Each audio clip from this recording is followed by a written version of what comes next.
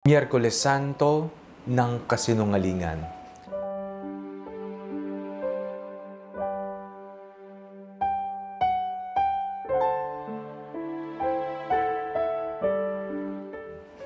Ako po si Father Fiel Pareha at ito po ang ating segment, ang Daily Devotion, na kung saan tayo po ay magdarasal, magbabasa at magninilay kasama ng salita ng Diyos sa buong taon. Manalangin tayo. Sa ngalan ng Ama, ng Anak at ng Espiritu Santo. Amen. Halina, Banal na Espiritu, liwanagan mo ang aming puso at isip nang maunawaan at may sa buhay namin ang iyong salita. Amen. Our Bible passage for today is from the Gospel of St. Matthew chapter 26, verses 14 to 25, and I read it for you. Then one of the 12, who was called Judas Iscariot, went to the chief priests and said, "What will you give me if I betray him to you?"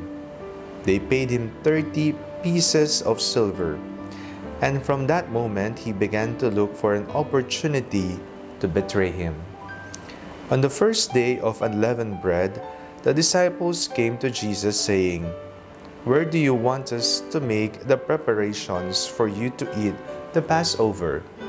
He said, "Go into the city to a certain man and say to him, 'The teacher says, my time is near. I will keep the Passover at your house with my disciples.'"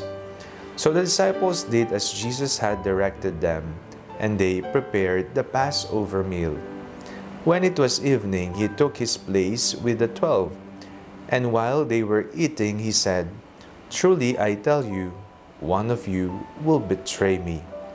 And they became greatly distressed and began to say to him, one after another, "Surely not I, Lord? The one who has dipped his hand into the bowl with me will betray me. The Son of Man goes as it is written of him, but woe to that one by whom the Son of Man is betrayed. It would have been better for that one not to have been born." Judas, who betrayed him, said, "Surely not I, Rabbi?" He replied, "You have said so." Kasinungalingan, kahangalan, kadiliman. Ito na po ang bumalot sa puso ni Judas Iscariote. Nagtungo siya sa otoridad at ang wika niya, "Magkano o ano ang ibibigay niyo sa akin kung tratraidorin ko si Jesus?" At pinagkaloob sa kanya ang 30 pilak. Ang halaga ng iyong pinakamamahal, 30 pilak, ito po ang nakasilaw sa mga mata at sa puso ni Judas. Ngunit wika nga ng ating Panginoong Jesucristo, nangyari ang lahat upang may sa katuparan kung ano ang nasusulat. Ano ang bumabalot sa ating puso? Kasinungalingan ba? Katulad ng bumalot sa puso ni Judas Iscariote. Kasinungalingan ba? O ang bumabalot sa iyong puso ay katotohanan? Katotohanan na magmumula lamang sa ating Panginoong Jesucristo, na kahit ano ang ibigay sa atin o kung anuman ang napakaganda at masasarap sa buhay ang ilatag sa ating harapan, hindi tayo masisilaw. Ang taong ang pagmamahal ay nakapundasyon sa puso ni Jesus, kailanman hindi masisilaw ng anumang halaga. Ang taong marunong magpahalaga ay hindi matutumbasan ng kahit anong halaga. Tingnan natin ang ating Panginoong Jesucristo. Mahal ang pinantubos.